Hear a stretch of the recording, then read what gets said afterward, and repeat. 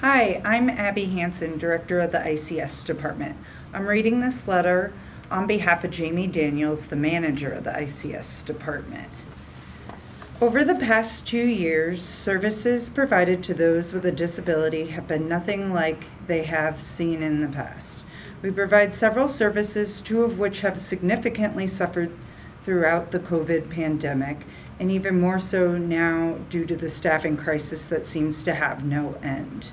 We provide our services to those who live in the community, some independently and some who live with their families.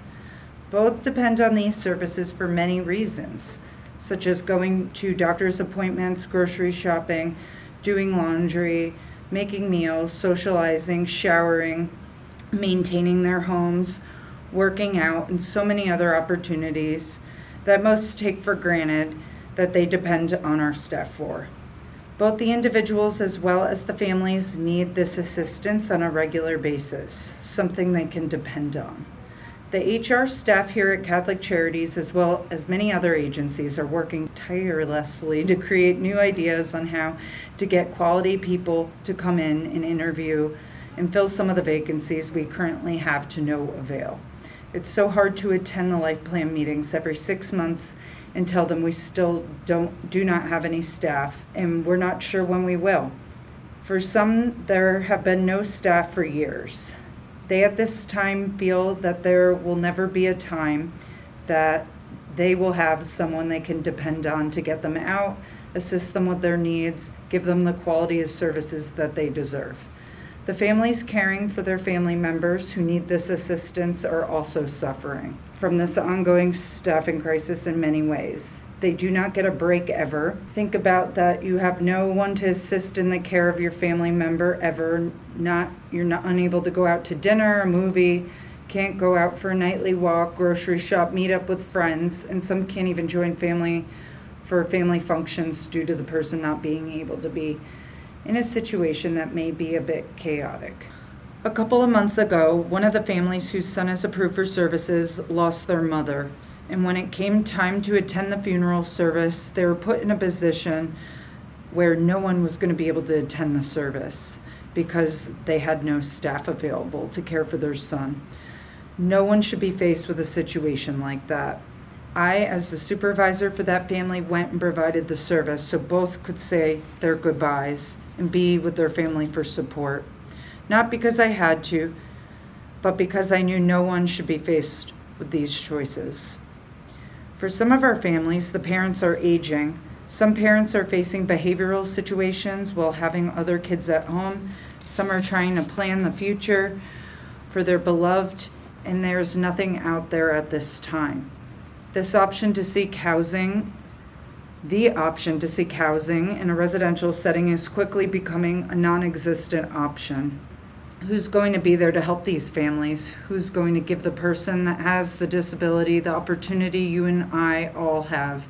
The ability to go to a movie, to dinner, to get groceries, eventually have a home of your own where they too can feel safe.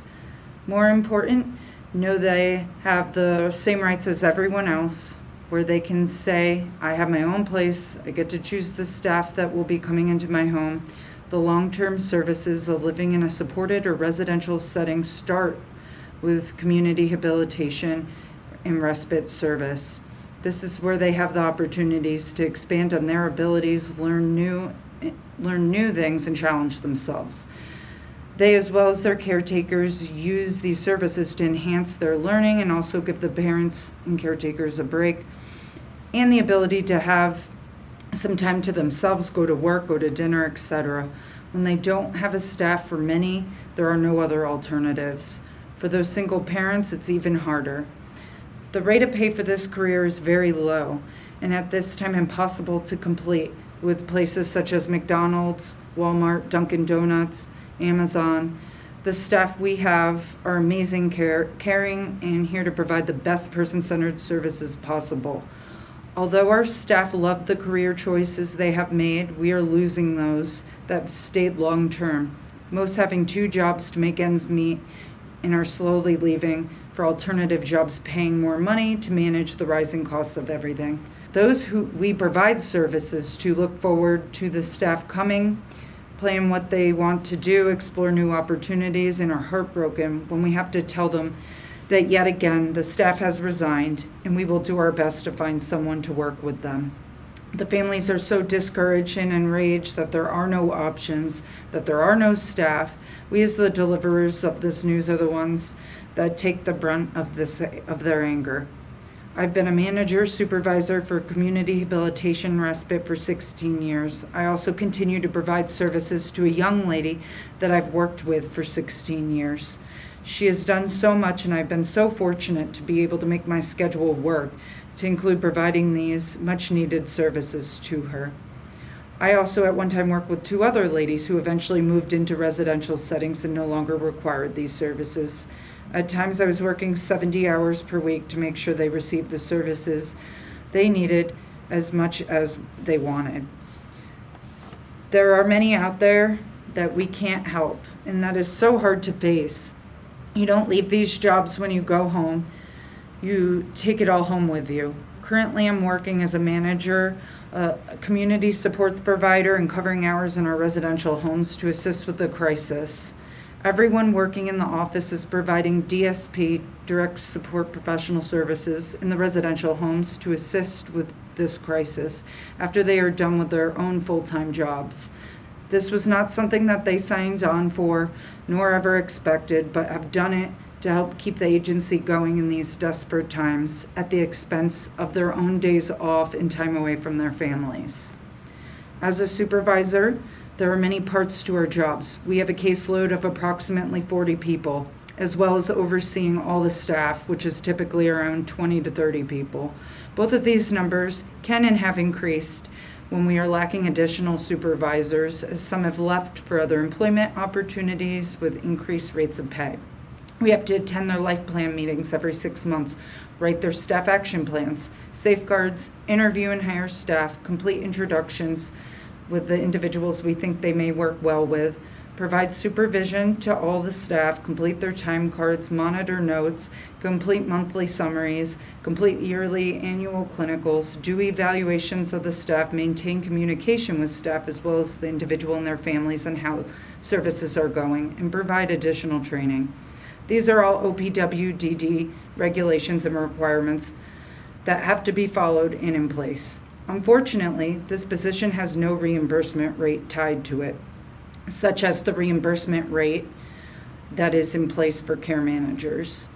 The reimbursement rate set by the state for these services is very low, and with that hourly rate of reimbursement, we are paying out the cost of staff, mileage, recreation reimbursement for the staff.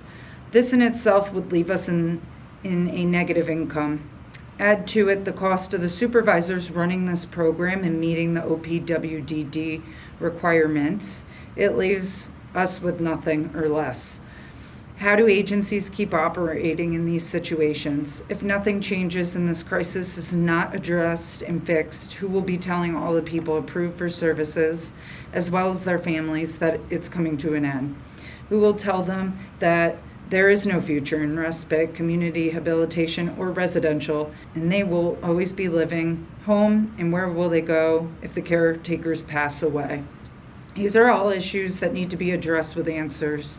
There needs to be a plan to embrace the needs for all approved for services, as well as all of the staff, DSPs, CSPs alike, to keep these services running.